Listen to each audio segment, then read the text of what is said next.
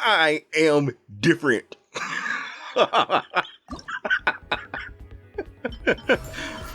That's cool. Okay.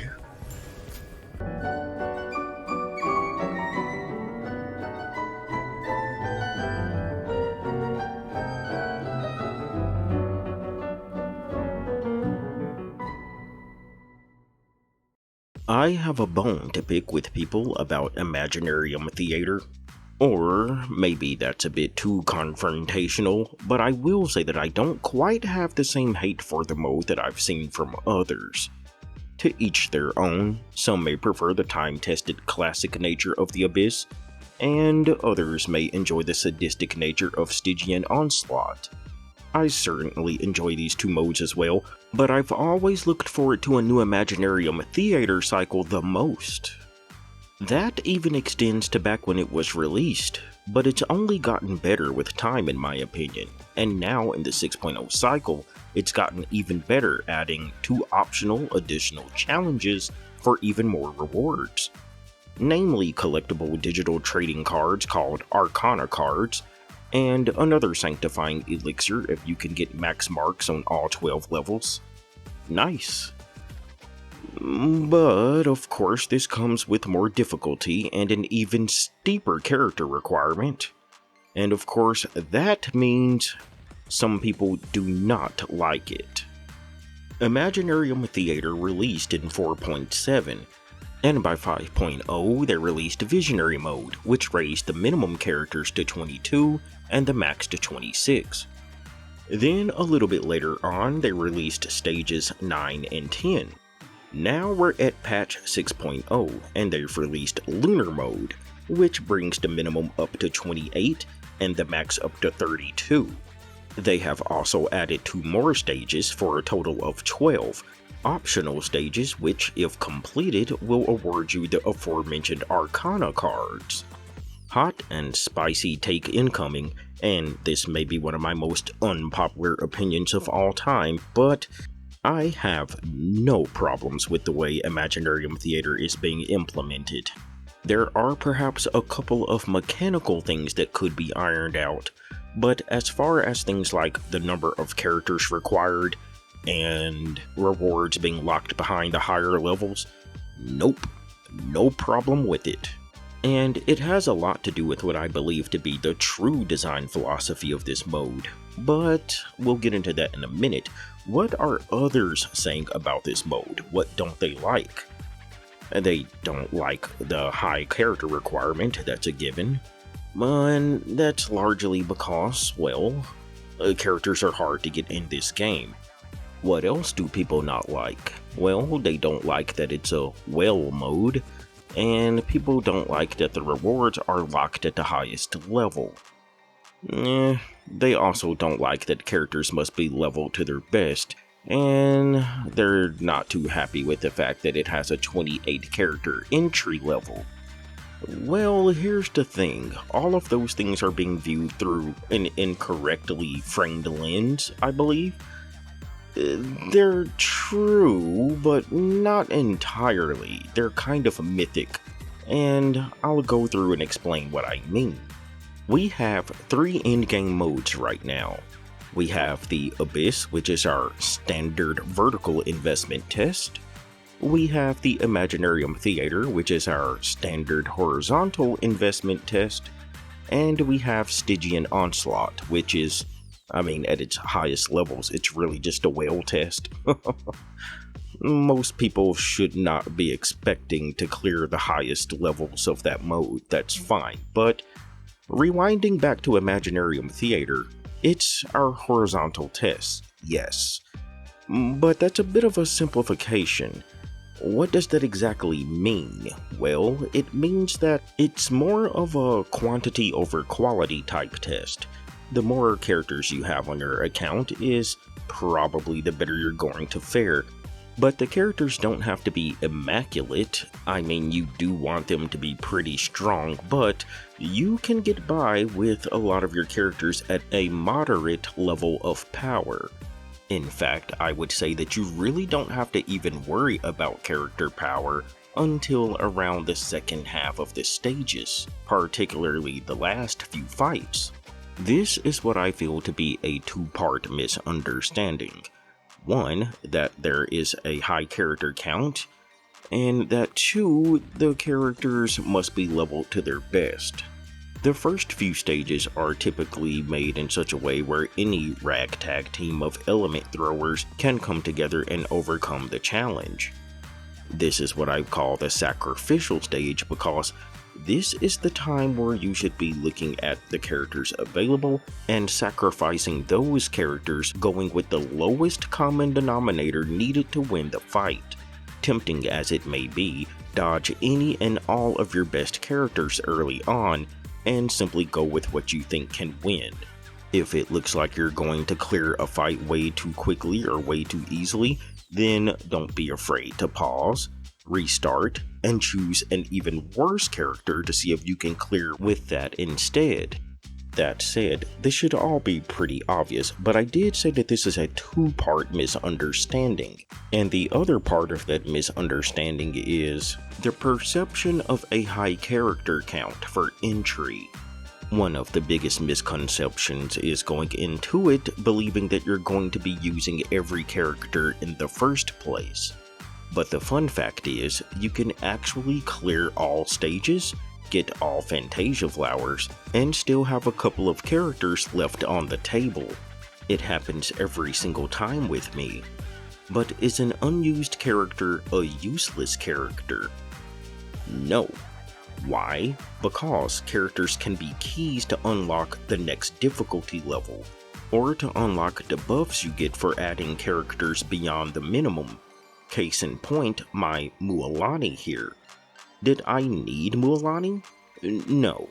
She's a vape burst DPS who wants pyro somewhere on the team, and yet I still chose her, simply because she unlocked more buffs.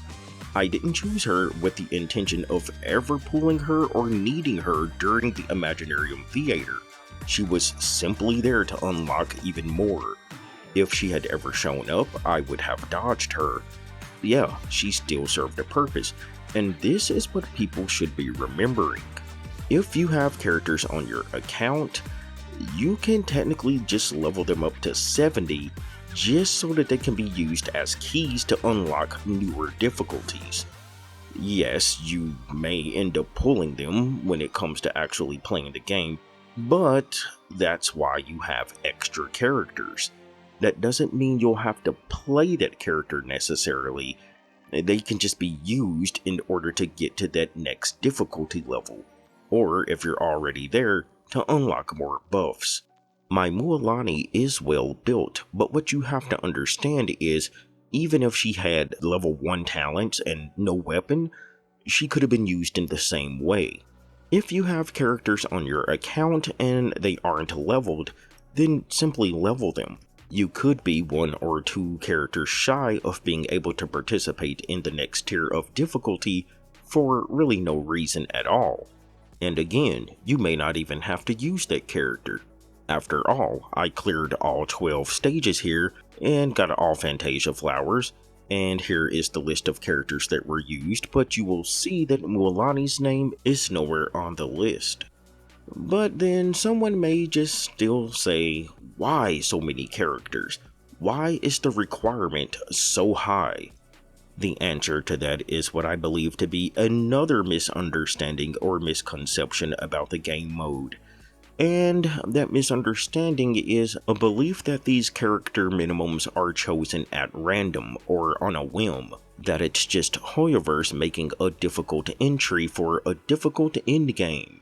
Well, let's do a little mathematical exercise here, and I will try to illustrate a point for you. While characters are randomized in the Imaginarium Theater, for the point of this illustration, let's just say that 4 characters appear at a time, and then you use them in the next fight, and then their 2 Vigor points are used up, and you move on to the next 4 characters, okay? So, let's start at stage 1. We have characters 1, 2, 3, and 4. Okay, we move on to stage 2 after using up a Vigor point, and we use characters 1, 2, 3, and 4 again. They're gone. Now we have to move on to characters 5, 6, 7, and 8 on stage 3. We use their Vigor point, and then on stage 4, we use characters 5, 6, 7, and 8 again. So, question, if there are 12 stages, then how many characters would be minimum needed in order for us to be sure that we could complete it without running out of characters before we even get to 12 stages? The answer is 24 characters. Do you see where I'm going with this? The minimum needed to start it is 28, which a lot of people are saying is a ridiculous number, but mathematically speaking, literally in order to ensure that you can complete the mode, you have to have 24. Now, granted, 28 is more than 24.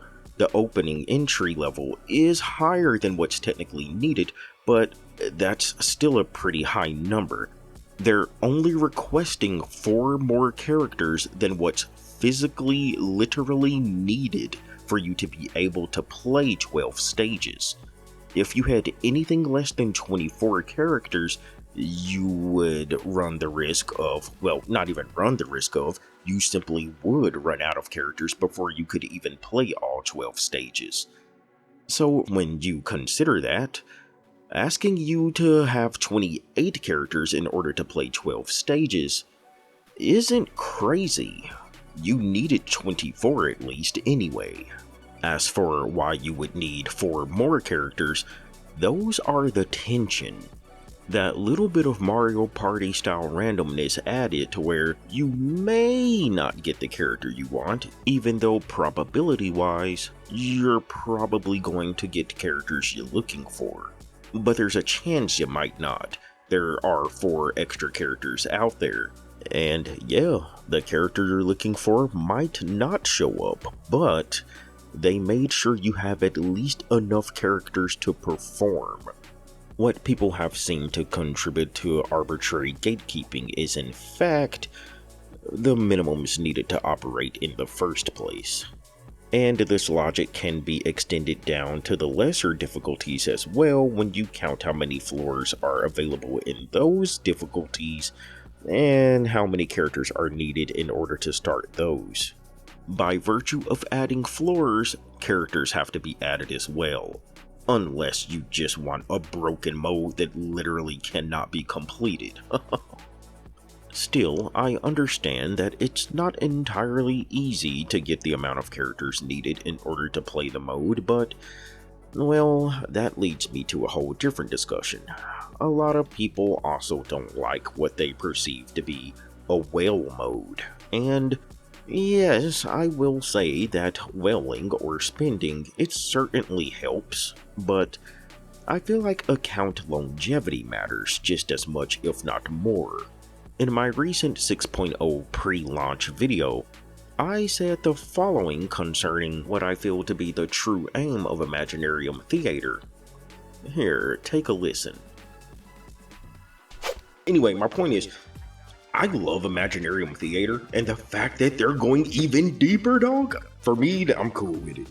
Okay, I'm cool with it. People are like, bro, you have to have 4 more characters. Yep, you do. It's a veteran mode. That's the way I've always seen it. I've always seen that mode as being a mode for people that have just been here that long. You know what I mean? Like, you have to have an old and aging account with plenty of characters in order to participate in that mode. And I think that's fine. It's cool. It's not really a whale thing, I wouldn't say. I don't think it has anything to do with money. I think it has something to do with, like, aging, the time, like how much time you've had on your account. Because even the biggest spender, if they're a new player, they're not going to have enough characters to play the mode, you know what I mean? So it's not even a money thing. I think theater is really just a veteran thing, where veteran means old player, you know?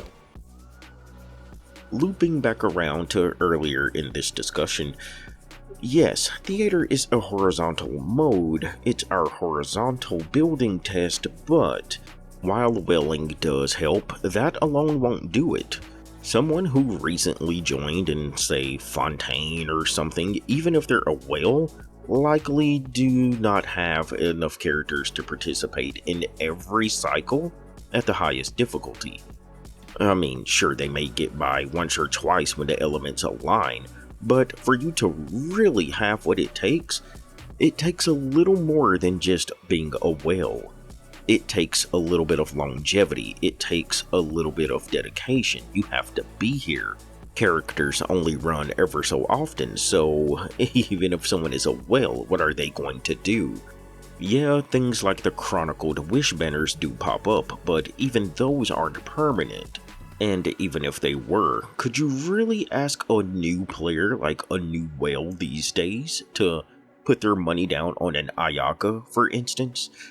You see, for someone who was always playing ever since the beginning of the game, having an Ayaka on my account is just something that's a positive, it's a plus. It's another character to add towards my Imaginarium Theater. But if I were a newer player, I probably would not pursue her. And what that means is, yeah, see, newer players, even if they're a whale, they'll probably be waiting for newer units. Not even just because they want to, which I'm sure that would be the case for a lot of them, but simply just because they're not running the old characters. Where are you going to get that Ayaka? Do you see what I'm saying? I want to make it clear though, whaling does help with this mode, but it's not the end-all be-all. It can only take you so far for building up your roster at a time where only a select few characters are really hitting the reruns these days. I've seen Yelan so much. Yelan comes back so much. It's kind of crazy. Anyway, Veterancy. That's the bigger key here. If you've been here long enough, you probably have a lot of characters. But you have to be here for a certain amount of time to have any characters. Do you see what I mean? Not to mention that on top of it, there's another thing that longevity gives you that pure money can't. And that thing is min-maxing. Now, I know I did say before that, you don't need the best built characters here, but you do kind of want your DPS characters to be, kind of beefy. And so, it kind of makes sense then that long-time players would have pretty well-built characters. Again, you can buy a new character, sure, but that's not going to build the character. Being able to play the game for a long amount of time and having the longevity in there, that's what brings your character to form. I would think that a long-time player who spends just a little bit, or maybe doesn't even spend at all, would probably have a better built character than someone who recently just bought theirs. I think my point is made. Whaling helps. It really does help with this mode, but I think that what supersedes it is being a veteran, being someone who's been here, being someone who's put in the time, being someone who was here to catch several different banners. Which doesn't mean it doesn't cater to whales a bit, it does. By virtue of spending and buying characters, then yes, their roster fills up quicker than, say, a low spender or a medium spender or a free-to-play, but I'm just saying that there are things there that money can't do. Money can't make up for some of that time. It's fine if you want to call it a whale mode, but I really think it's a veterans mode, if anything. Either way, it's going to take investment, or it's just gonna be a little difficult by default. And that's the thing. Everyone can participate in this mode to some degree, but there's absolutely nothing wrong with not being able to clear every difficulty of a mode. It's fine. I've cleared Fearless every time in Stygian Onslaught, never once cleared Dire, but I'm fine with it because I know that for my account, I'm at the level I need to be. The same should apply here. Each tier is a benchmark which a player can use to gauge where they are in relation to the game's expectations, as well as gauge their own veterancy. With enough time, people will get there, but just like how from Mondstadt to theater's release in Fontaine, it took a long time for players to build up rosters big enough for the mode to even exist, players who started later on may have to play for a similarly long period of time before they begin to dig into the highest levels. Someone who has been spending since like the start of Natlin 5.0 probably can do pretty well in Stygian Onslaught. It's a much more flavor of the month type of game mode, and it has less characters needed in order to participate. So if someone has been keeping up with the game, I feel like they can probably do well in Stygian. And yet I'd wager that here in Imaginarium Theater, they may still struggle simply from not having the requirements. And that's fine, that's cool, that's the difference. It's a whole different beast with whole different strategies. And if you really want the highest marks, if you really want all the Fantasia flowers, then you have to be willing to sit down and restart when things don't go right. You have to be willing to figure it out. You have to be willing to try and try again. Trial, error, these are things that I do as well, but I never settle. I always keep trying to make sure that I can pass a stage with a mark, and I try to do it with the lowest denominator, and only progress to stronger characters when things won't work for sure. Don't knee-jerk react, don't use your best characters, save them. Use the other characters as sacrifices.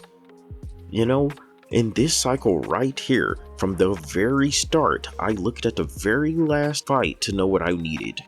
That freaking dinosaur bird thing flies around and has a pyro shield. I forget what it's called, whatever.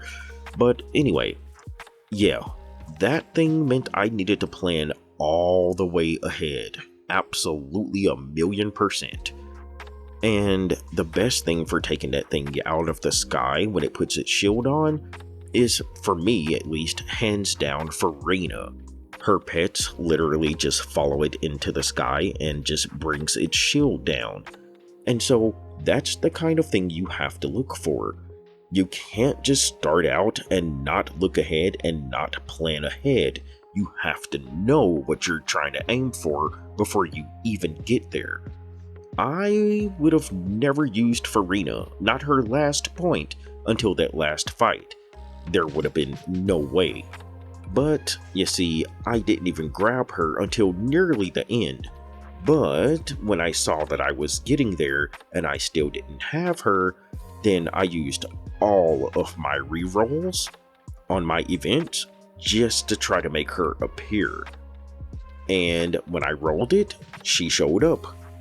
There was a small possibility that she would not have shown up, and that's why there are extra characters added into this mode, just for that little bit of spice.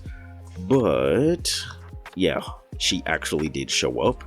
I went to the final battle, she assisted, and I won the fight, and I got all my Fantasia flowers to boot. There's a reason why when you look at my Imaginarium Theater history, you see 10s, 10s, 10s, 10s. There are so many at max completion, and that's not by mistake, it's just by strategy and design. There was the one where I got like 5 flowers, but that was kind of a fluke. I waited all the way into the last day of the month until like the last hour of the night, and I had no time to sit around and try to perfect my run. I just needed to complete it, so that's kind of a blemish on my record, but otherwise you're looking at a pretty perfect record. Other than the 9 as well. I don't know what that's about, but whatever.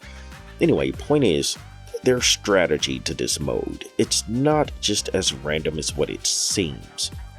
There's a lot that goes into it. You just gotta kinda think ahead. Don't knee-jerk your reactions. Don't knee-jerk your picks. Don't use your best characters first. Look ahead. Make a game plan. and it's a lot more manageable than what you would think. In closing, I don't have a problem with this mode, and I don't have a problem with the new highest difficulty. I feel like it's setting out to do exactly what it's supposed to do, and for me, it's a blast. It's not for everyone, 1,000,000% I agree with that. But there's a lot here that I believe people get wrong about the theater, and its new Lunar Mode as well. Theater is less of a Whales mode and more of a Veterans, or at worst some combination of the two, but certainly a Veterans. That's the cool thing though, with enough time everyone eventually becomes a veteran, where veteran simply means someone who has an aging and stacked account. It may be a year, 2 years, 3 years from now, but it's not something that any player can't achieve. It just takes time and dedication. Though everyone's not dedicated, and that's fine as well. Everyone doesn't go super hard on the game. Some people get fatigued, heck I have. I've had 3 notable hiatuses in the game myself, but I've come back each time and picked up where I left off. That's me, it may not be you, but still even I miss days when I don't feel like playing and whatnot. But I have been here since the beginning. I have grinded super hard on these characters, and I have never truly quit the game even through my hiatuses. I work on my characters, I pull when I can, and I try to make them as good as can be. I understand those who are now in the middle of their account buffing journeys and feel a little bit impatient getting there. It takes forever, right? But I'll be honest. What I don't get is when someone who rarely ever even plays the game rambles about not being able to participate in this mode, especially at the highest echelons of it. Though again, you don't have to play all the time and try to make your account as stacked as can be. Play when you want and how you want, that's the beauty of this game. Shoot, don't even play it at all if you don't want to, just until you reach that point of veterancy. Whether you're actively playing trying to push your account, or working on it a tick at a time, understand that theater doesn't play itself. And if macro progression just isn't your cup of tea in general, then maybe don't expect to have fun in Imaginarium Theater.